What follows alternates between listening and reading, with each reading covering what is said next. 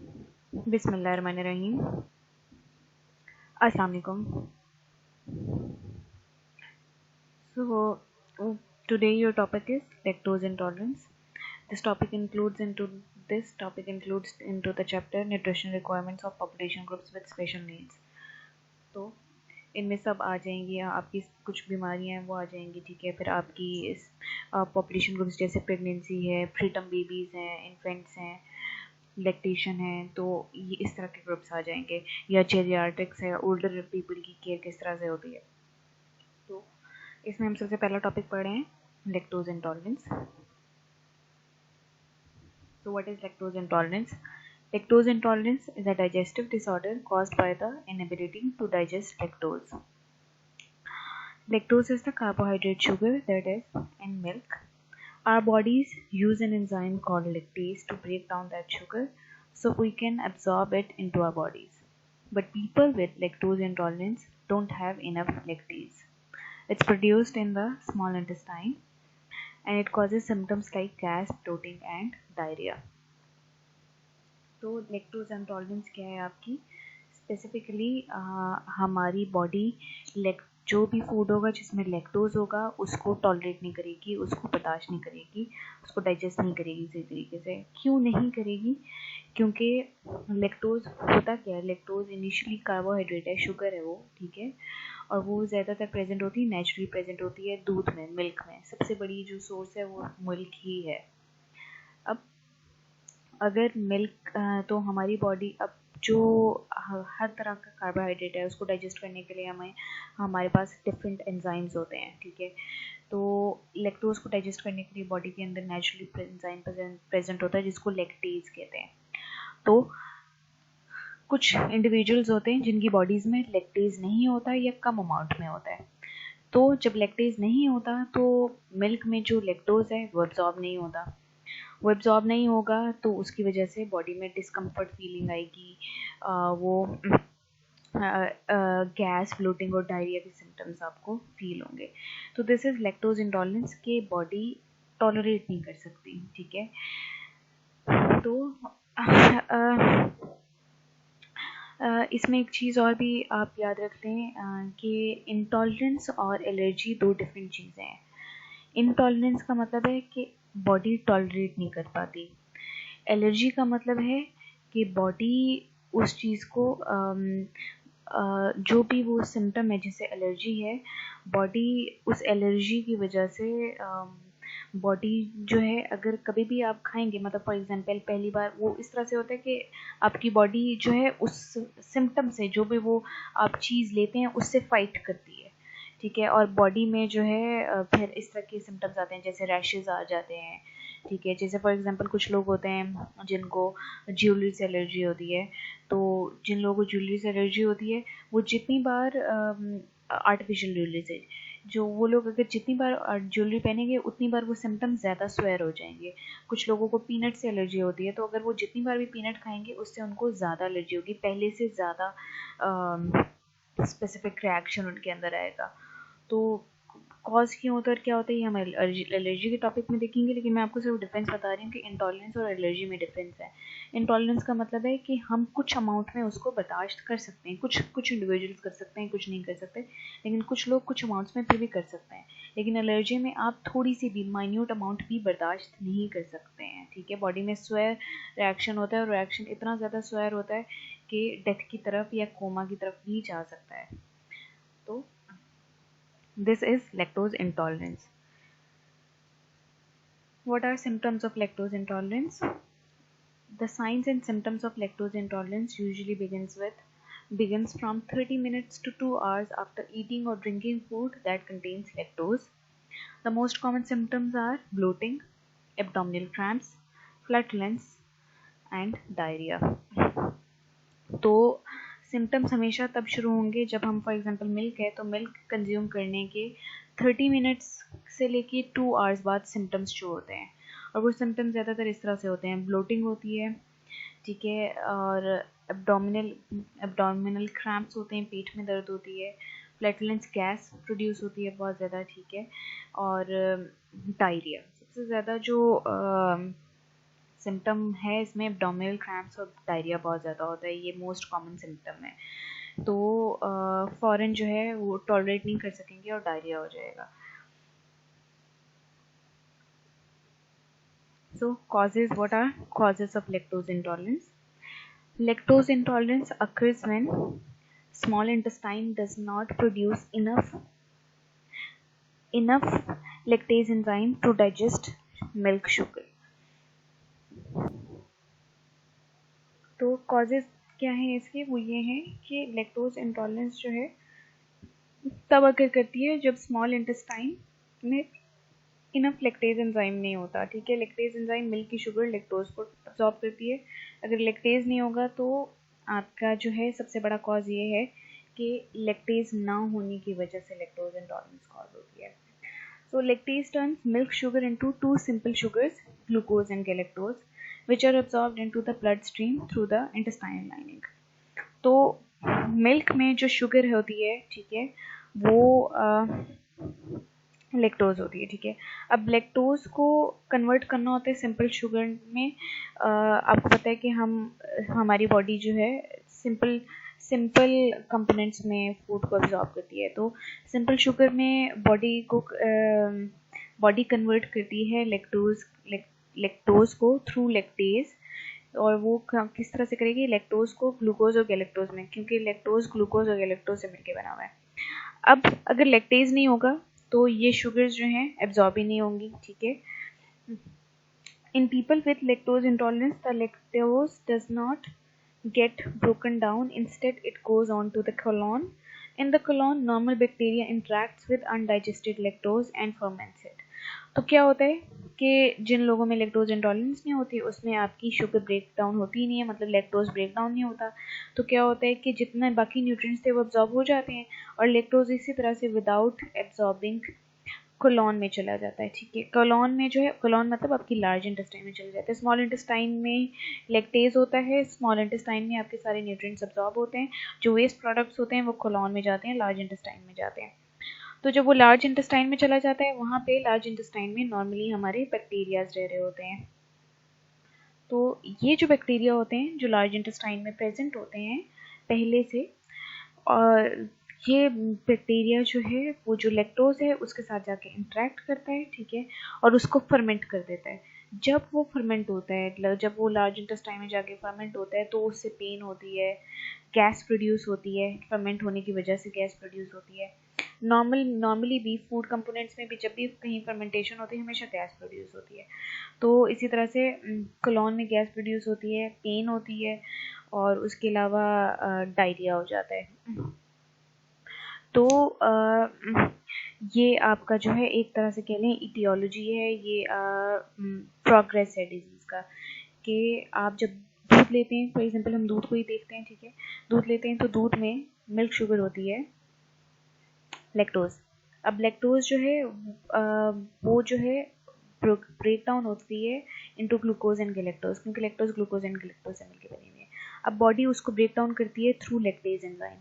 जिन लोगों के अंदर लैक्टेज एंजाइम नहीं होता वो वो आपकी लैक्टोज को अब्जॉर्ब नहीं करते, तो वो स्मॉल इंटेस्टाइन से बगैर अब्जॉर्ब हुए लार्ज इंटेस्टाइन में चला जाती है।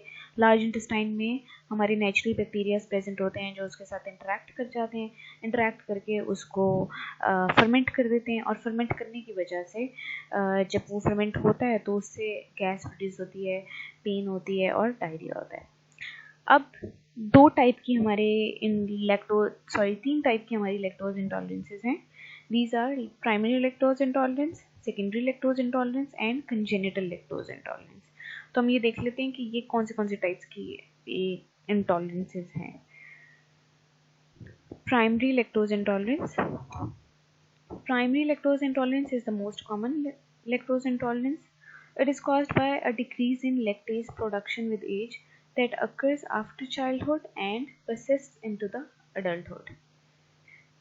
तो प्राइमरी लैक्टोज इंटॉलरेंस जो है आपकी सबसे ज़्यादा कॉमन लैक्टोज इंटॉलरेंस है। होता क्या है कि इसमें जब बेबीज़ होते हैं, बेबीज़ का प्राइमरी फूड मिल्क होता है।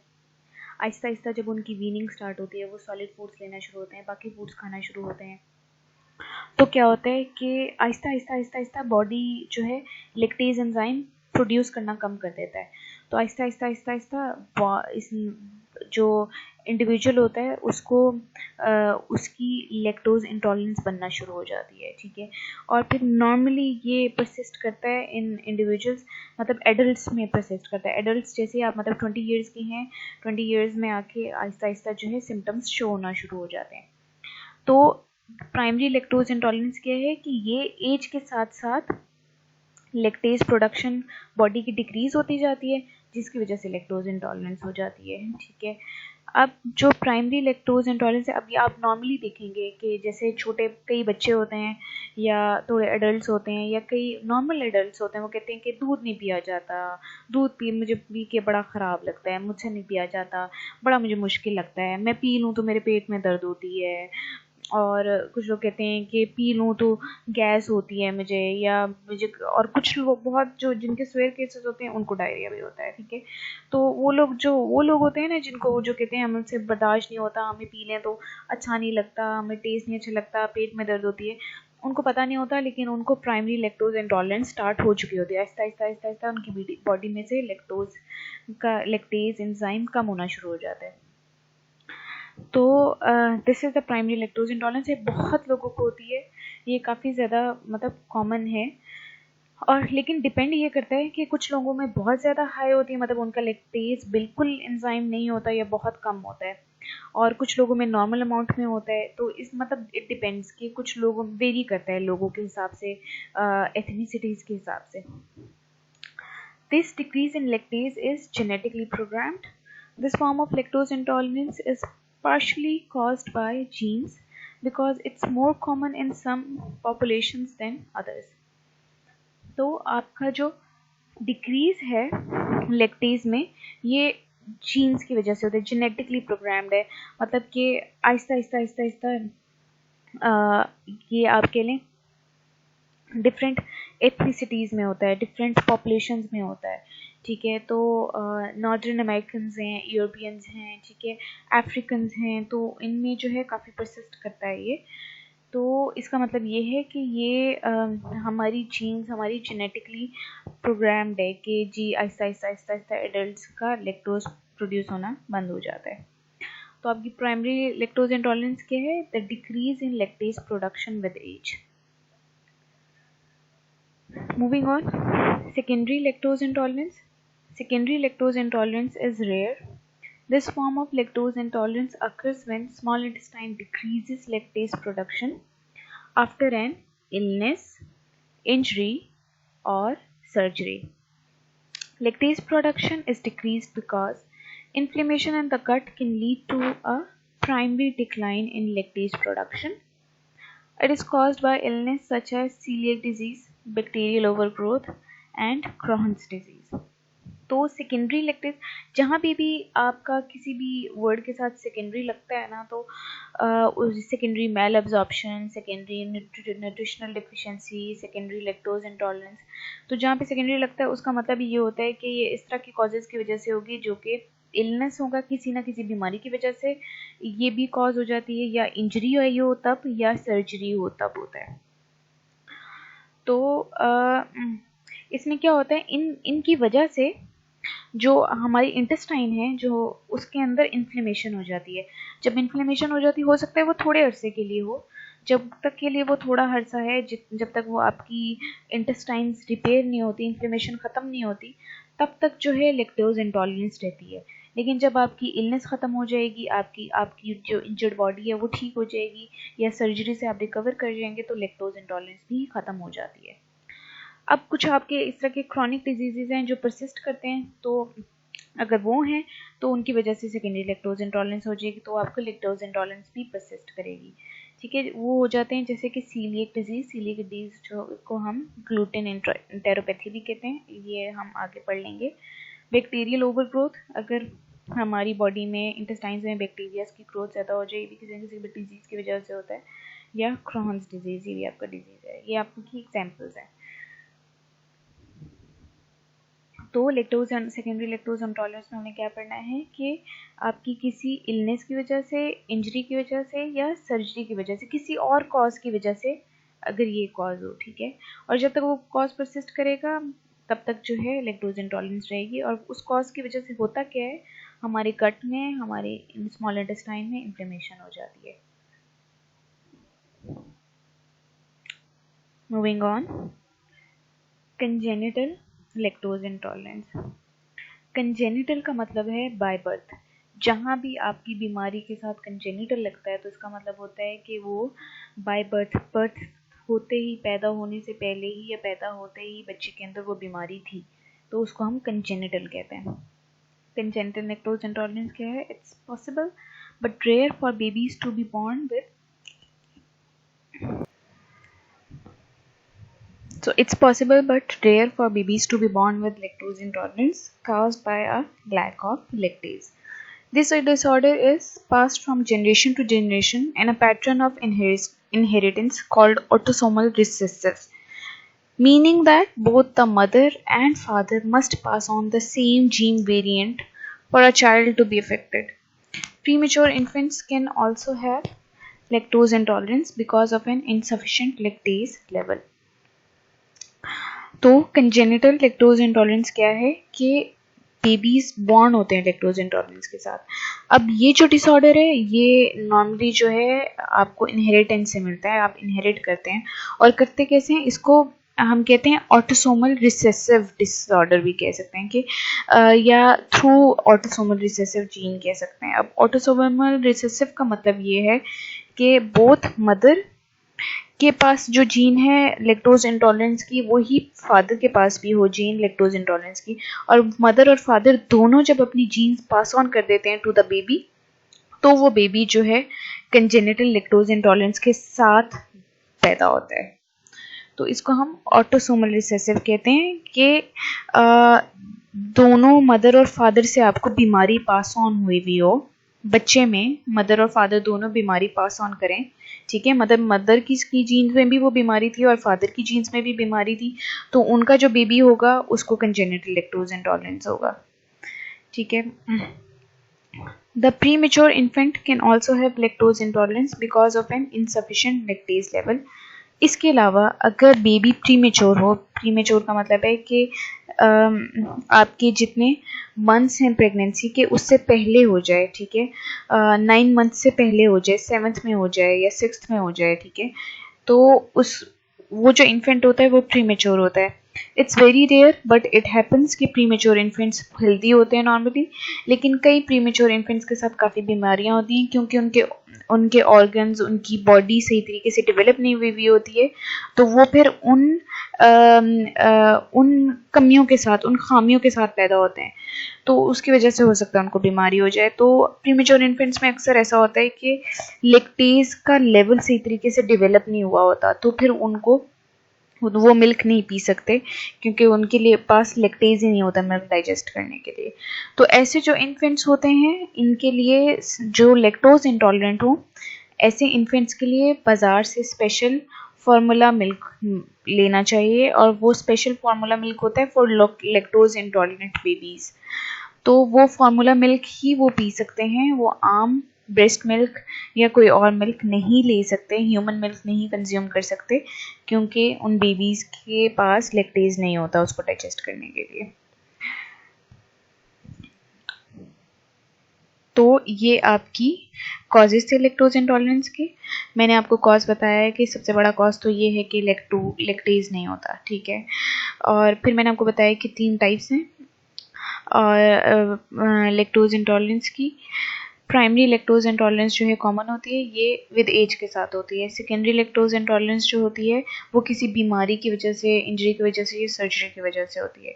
और कंजेनिटल लैक्टोज इंटॉलरेंस जो है बेबीज़ के अंदर होती है जो बाय बर्थ बीमारी लेके आते हैं। Next are risk factors that can cause lactose intolerance. अब ये रिस्क फैक्टर्स वही हैं जो हमने अभी कॉजेज पढ़े हैं, ठीक है। रिस्क फैक्टर्स हैं increasing age. Lactose intolerance usually appears in adulthood. The condition is uncommon in babies and young children. Ethnicity. Lactose intolerance is most common in people of African, Asian, Hispanic and American Indian descent. Premature birth. Infants born prematurely might have reduced level of lactase because the small intestine does not develop lactase producing cells until late in the third semester. तो तो इसमें जो है premature birth में ये है कि इन बच्चों का जो होता है बेबीज़ में होती है ये, और वो या फिर उनमें असल में जो लैक्टेज प्रोड्यूसिंग सेल्स होते हैं वो थर्ड सेमेस्टर में बनते हैं। अब अगर थर्ड सेमेस्टर के दरमियान में ही बर्थ हो जाए, डिलीवरी हो जाए, तो उनके लैक्टेज सही तरह से प्रोड्यूस नहीं होता। Disease affecting the small intestine, तो ये डिजीज़ हो सकते हैं जैसे अभी हमने पढ़ लिए थे सारे, bacterial overgrowth, celiac disease, Crohn disease, और सर्टेन कैंसर ट्रीटमेंट्स जैसे कि कीमोथेरेपी और रेडिएशन थेरेपी, इनकी वजह से भी लैक्टोज इंटॉलरेंस हो सकती है। तो इसमें रिस्क फैक्टर्स वही हैं जो हम पढ़ चुके हैं। इंक्रीजिंग एज आ जाती है आपकी, ठीक है। उसके अलावा मतलब एडल्ट्स में होती है ये। एथनिसिटी, मतलब इनमें एथनिसिटी आ जाती है, जैसे फॉर एग्जांपल अफ्रीकन है, एशियन है, अमेरिकन इंडियंस हैं, तो ये सारे जो होंगे इनमें ज़्यादा कॉमन है। प्रीमेच्योर इन्फेंट्स में कॉमन होती है क्योंकि उनके लैक्टेज प्रोड्यूसिंग सेल्स नहीं बने होते। डिजीज़ जो है, डिजीज़ की किसी न किसी डिजीज़ की वजह से हो सकती है जो कि हमारे स्मॉल इंटेस्टाइन डिस्ट्रॉय कर दे, या फिर कैंसर ट्रीटमेंट्स जैसे कि कीमोथेरेपी और रेडिएशन थेरेपी की वजह से हो सकता है। नेक्स्ट आ जाता है आपका medical nutrition therapy of lactose intolerance.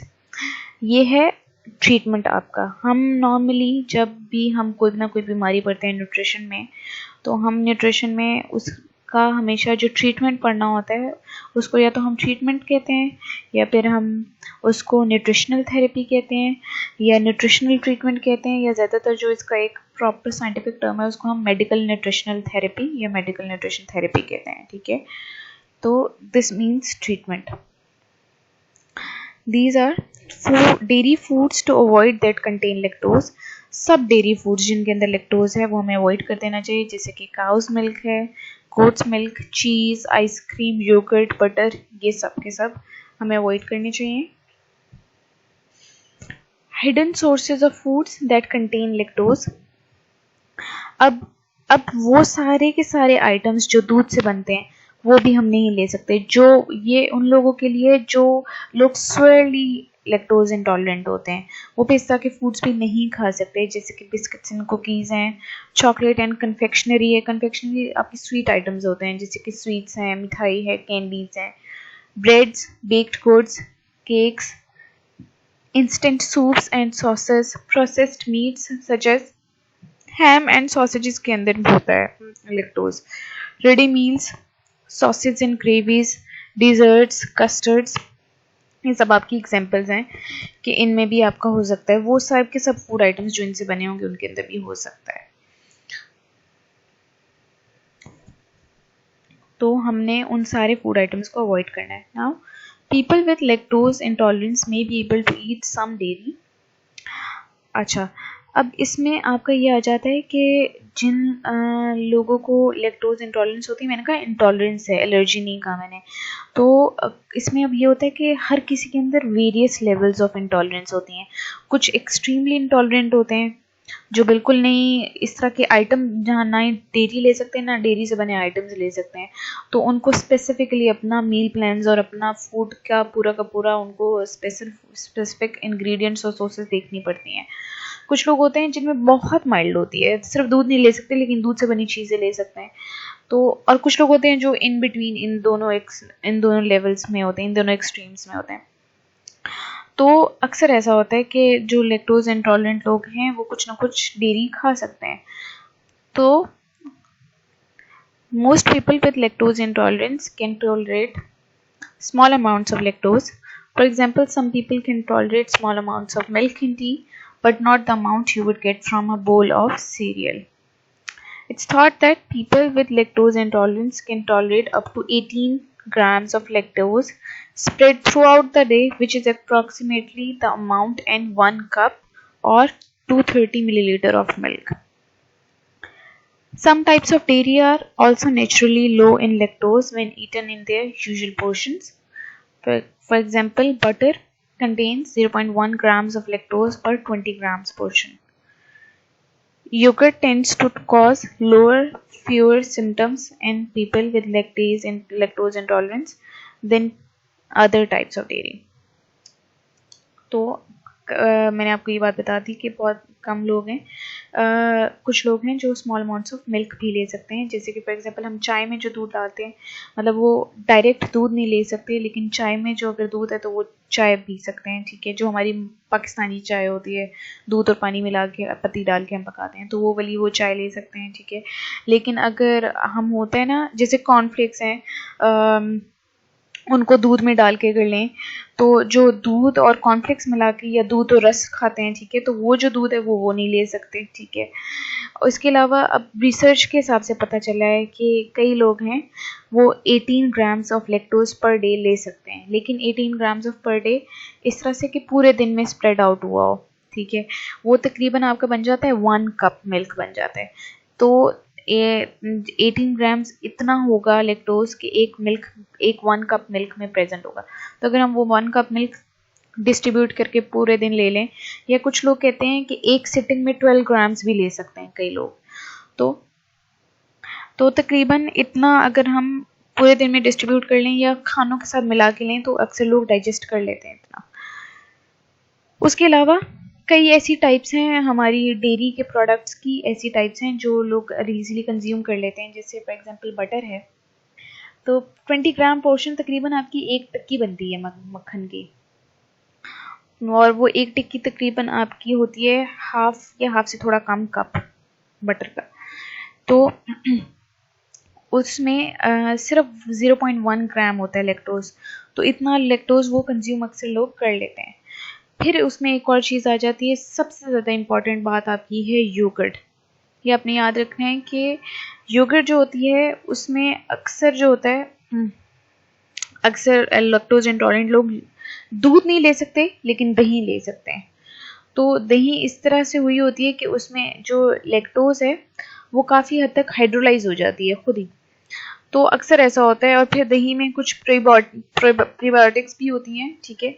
तो ये इस तरह से होता है कि आपका लैक्टोज अक्सर जो है, ये फर्मेंटेड फूड है आपका, तो जितने भी फर्मेंटेड फूड्स होते हैं उनमें जो लैक्टोज है वो आपकी डाइजेस्ट हो जाती है। तो ये आपके लिए बहुत ज़्यादा इंपॉर्टेंट है कि वो लोग जिनको भी माइल्ड सिम्टम्स हैं लैक्टोज इंटॉलरेंस के, वो उनको आप, अगर वो लोग ये शिकायत करें, कभी आप मील प्लान बना के दें और ये शिकायत करें कि हम लैक्टोज इंटॉलरेंट तो नहीं है लेकिन हमें फिर भी हम दूध नहीं बर्दाश्त कर सकते, तो आप उनको दूध के बजाय चाय या फिर फूड्स के अंदर दूध, या फिर आप इस तरह से मतलब योगर्ट दे सकते हैं। Good non dairy sources of calcium. Dairy foods are excellent sources of calcium, so in order to remove dairy from diet, calcium needs to be replaced with alternative calcium sources. And the recommended intake of calcium is 1000 mg per day. तो अब जो है जितने भी dairy foods हैं, milk से जो बने हुए जितने फूड्स हैं, वो एक्सीलेंट सोर्सेज हैं कैल्शियम के, और हमें पता है कि हमारे लिए कैल्शियम बहुत ज़्यादा ज़रूरी है for growth and for strong bones. तो अगर कैल्शियम, अगर हम डेयरी को रिमूव कर दें तो डेयरी को हमें फिर रिप्लेस कर लेते हैं दूसरे कैल्शियम सोर्सेज के साथ। वो जो एक्सेप्ट फॉर डेयरी जो अदर कैल्शियम रिच सोर्सेज हैं वो हम देख लेते हैं। These are calcium fortified foods such as juices, breads, non dairy milks such as almond, soya और ओट मिल्क। अब कैल्शियम फोर्टिफाइड फूड्स होते हैं, ठीक है, जिनमें अक्सर जूस होते हैं, ब्रेड होता है, जितनी भी मिल्क नॉन डेयरी ब्रेड्स बनी होती हैं वो हो सकती हैं। अक्सर जो है आपके उसके अलावा जो है अक्सर आपके कुछ प्रोसेस्ड फूड्स होते हैं जिनके अंदर, कई प्रोसेस्ड फूड्स हैं जिनके अंदर कैल्शियम फोर्टिफाई करा दिया जाता है। फिर हमारे जितने भी नॉन डेयरी मिल्क्स हैं, मतलब प्लांट मिल्क्स जो हैं, ठीक है, प्लांट सोर्सेज से भी हमें मिल्क मिलता है, ठीक है, जैसे एलमंड मिल्क है, कोकोनट मिल्क है, सोया मिल्क है, बार्ले मिल्क है, ओट मिल्क है, ठीक है, ये सब हमारे प्लांट मिल्क हैं और ये काफ़ी हमारे लिए सेहत के लिए अच्छे होते हैं। उसके अलावा सोयाबीन्स एंड टोफू, जैसा मैंने आपको पहले बताया योगर्ट है, इसी तरह से सोयाबीन्स एंड टोफू है। जितने भी लेक्टोज इंटॉलरेंट लोग होते हैं, सबसे जो पहली आपकी चीज़ आपको याद होनी चाहिए वो ये होनी चाहिए कि ट्रीटमेंट में आप मिल्क को सब्सटीट्यूट कर देते हैं थ्रू योगर्ट, अगर वो माइल्डली लेक्टोज इंटॉलरेंट है। और दूसरा सोयाबीन्स और टोफू। सोयाबीन्स और टोफू एक्सीलेंट सोर्सेज हैं कैल्शियम के भी और प्रोटीन के भी। तो जो टोफू है वो एक प्रोडक्ट है जो सोयाबीन से मिलके बनता है, और वो उसकी शक्ल इस तरह से होती है जैसे चीज़ है, लेकिन सॉफ्ट कर्ड होती है वो, ठीक है। It's a very good food, ठीक है, और वो हमारी सेहत के लिए भी बहुत अच्छा होता है, और वो सोयाबीन से बनता है। और सोयाबीन के बने हुए जितने भी प्रोडक्ट्स होते हैं वो भी कैल्शियम में रिच होते हैं। इसके अलावा एनिमल फूड्स जैसे कि एग योक्स हैं, बीफ है, और बीफ का जो ऑर्गन मीट है जैसे कि लिवर, इसमें भी कैल्शियम की अच्छी सोर्स होती है। Then comes boned fish such as fatty fish and canned fish with bones. Fatty fish such as salmon, tuna and mackerel. Canned fish such as sardines. तो आपकी सैल्मन, ट्यूना, मैक्रिल, सार्डीन्स, ये सब आपकी हलाल फिशेस हैं। This is a side information जो मैं आपको बता रही हूँ। इट मीन्स के मुस्लिम्स भी कंज्यूम कर सकते हैं ये। हाई कैल्शियम प्लांट फूड्स, तो प्लांट फूड्स जिनके अंदर हाई कैल्शियम हो, हम वो वाले फूड्स भी ले सकते हैं। These are dried figs. Dried figs होती है आपकी इंजीर सुखाई हुई इंजीर। केल जो होती है स्पिनिच की तरह होती है, यहाँ पाकिस्तान में नहीं है, बाहर के मुल्कों में ज़्यादा होती है, लेकिन वो जैसे हमारे यहाँ पे स्पिनिच है इसी तरह से होती है। ब्रोकली तो पाकिस्तान में हर जगह अवेलेबल होना शुरू हो गई है। मस्टर्ड ग्रीन्स, ये हमारा साग है, और सरसों का साग, और ड्राइड बीन्स। तो ये जितने भी प्लांट फूड्स हैं इनमें हाई कैल्शियम होता है, लेकिन अब इन प्लांट्स में अक्सर होते हैं एंटी न्यूट्रिएंट्स प्रेजेंट होते हैं। एंटी का मतलब है उसके ऑपोजिट, मतलब एंटी न्यूट्रिएंट्स हैं तो इसका मतलब ये है कि वो ऑपोजिट ऑफ न्यूट्रिएंट्स हैं। ये वो न्यूट्रिएंट्स होते हैं जो हमारे प्लांट्स में जो न्यूट्रिएंट्स होते हैं उनको बॉडी में एब्जॉर्ब नहीं होने देते। These are for example phytates and oxalates. इसके अलावा और भी काफ़ी लंबी लिस्ट है, लेकिन सबसे ज़्यादा ये प्रिवेलेंट होते हैं, और ये अक्सर एंटी न्यूट्रिएंट्स होते हैं हमारे प्लांट फूड में। तो प्लांट फूड्स, ये वाले प्लांट फूड्स हैं तो हाई कैल्शियम रिच सोर्सेज, लेकिन ये कैल्शियम हमारी बॉडी में जाके ज़्यादातर एब्जॉर्ब नहीं होती एंटी न्यूट्रिएंट्स की वजह से। But still these are high calcium plant foods, और इनके पकाने के डिफरेंट तरीके होते हैं जिनसे आप फिर भी काफ़ी हद तक कैल्शियम अवेल कर सकते हैं। तो हम अगर मिल्क रिमूव कर देते हैं तो मिल्क के अलावा जो हाई कैल्शियम सोर्सेज हैं वो आपकी कैल्शियम फोर्टिफाइड फूड्स हैं, सोयाबीन एंड टोफू है। एनिमल फूड्स में एग योक्स एंड बीफ आ जाता है, boned fishes, fatty fishes, canned fishes, and high calcium plant foods आ जाते हैं। इसके अलावा एक तरीका है एंजाइम सप्लीमेंट्स। एंजाइम सप्लीमेंट्स होते हैं, ये आपको टेबलेट्स मिलती हैं, ठीक है, या हम इसको मिल्क हाइड्रोलाइजिंग टेबलेट्स भी कहते हैं, ठीक है, या मिल्क हाइड्रोलाइजिंग एंजाइम्स भी कहते हैं। अब ये जो टेबलेट्स होती हैं, या तो आप ये मिल्क कंज्यूम करने से पहले, डेयरी कंज्यूम करने से पहले, या दिन में रेगुलरली आप वो टेबलेट ले लेते हैं, और वो टैबलेट जो होता है उसके अंदर लेक्टेज होता है सॉरी, या फिर आप वो या तो आप ये कर लेते हैं और फिर आप कंज्यूम कर लेते हैं, या फिर आप ड्रॉप्स होते हैं वो ड्रॉप्स आप मिल्क के अंदर डालते हैं, जिसको हम मिल्क हाइड्रोलाइजिंग एंजाइम कहते हैं, और उसमें काफ़ी हद तक हमारा मिल्क जो है वो हाइड्रोलाइज हो जाता है, उसकी लेक्टोज जो है वो हाइड्रोलाइज हो जाती है, तो फिर हम वो कंज्यूम कर लेते हैं। तो enzyme supplements can help digest lactose. These are tablets or drops added to foods and drinks. However, the effectiveness of these products seem to vary from person to person. ज़्यादातर जो है इफ़ेक्टिवनेस डिपेंड करती है, कुछ लोगों में effective है, कुछ लोगों में नहीं है इफ़ेक्टिव, इट डिपेंड्स। और उसमें जो है 20 से 50 ग्राम्स ऑफ लैक्टोज होता है एक टेबलेट में या ड्रॉप में, या जितना आप कंज्यूम करते हैं एक दिन में, तो वो इतना होता है, इससे ज़्यादा इफ़ेक्टिव नहीं है। तो इसके अलावा लैक्टोज एक्सपोजर क्या है कि आप जो है लैक्टोज इंटॉलरेंट पर्सन को आहिस्ता आहिस्ता पहले तो आप उनकी बॉडी में से टोटली, उनकी डाइट में से totally lactose intolerance lactose containing food सब निकाल दें। जब वो आप निकाल देंगे, बॉडी आहिस्ता आहिस्ता रिकवर कर जाएगी। जो डायरिया या एक्सट्रीम डायरिया की कंप्लेन थी, जिसकी वजह से इंटेस्टाइन्स जो हैं वो ख़राब होना शुरू हो गई थी या इन्फ्लेमेशन हो गई थी, वो इन्फ्लेमेशन बेहतर हो जाएगी। जब इंसान वापस या इंडिविजुअल वापस हेल्दी हो जाता है, तो फिर आप उनकी डाइट में उनको आहिस्ता आहिस्ता आहिस्ता बहुत छोटी छोटी डोजेस, बिल्कुल छोटे छोटे स्मॉल पोर्शंस जो हैं आहिस्ता आहिस्ता आहिस्ता आहिस्ता उनकी डाइट में थोड़ा थोड़ा करके इंक्लूड कराते हैं।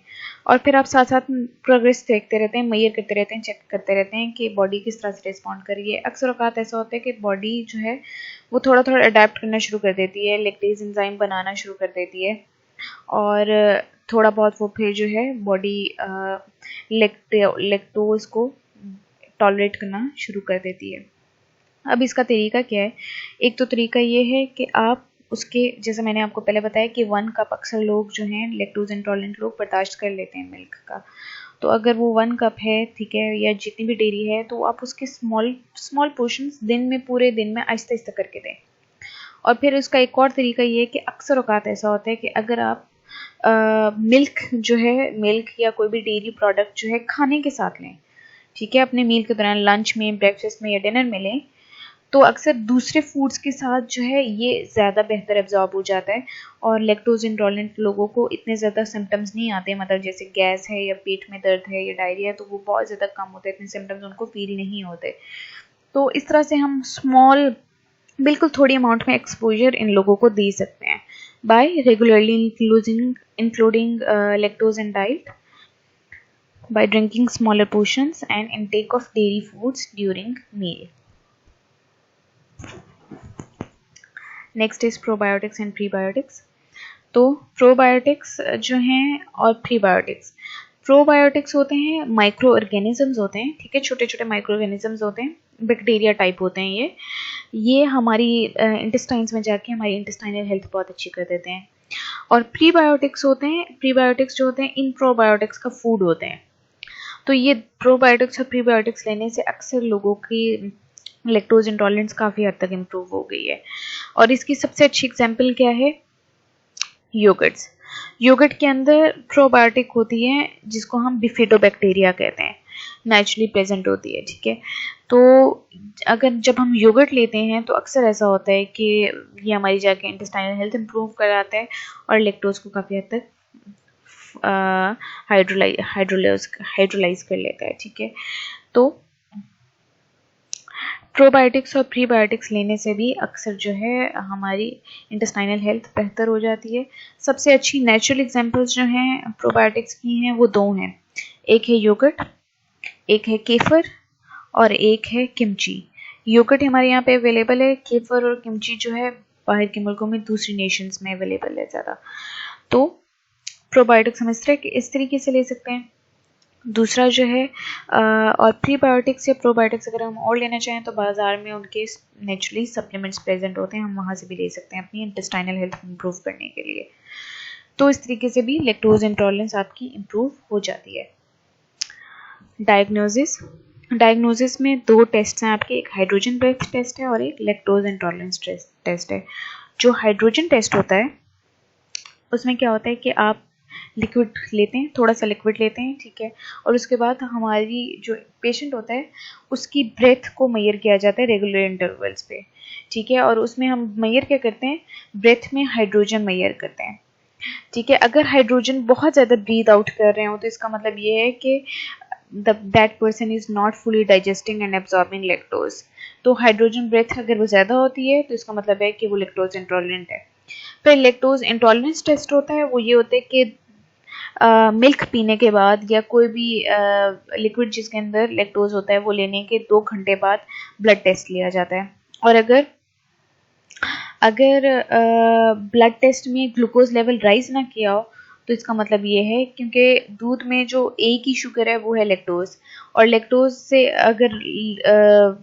अगर वो शुगर एब्जॉर्ब नहीं होगी तो ब्लड में ग्लूकोज लेवल राइज नहीं करेगा। अगर लेवल राइज नहीं करेगा तो इसका मतलब ये है कि वो इंडिविजुअल लैक्टोज इंटॉलरेंट है। So this is it for today.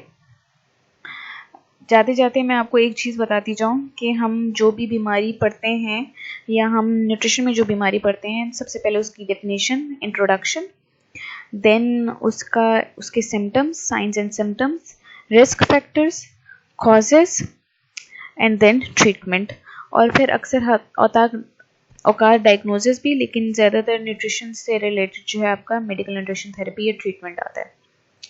तो हर बीमारी आप इसी तरीके से पढ़ेंगे। So this is it for today. If you have any questions, you can ask me. Thank you for concentration. Allah Hafiz.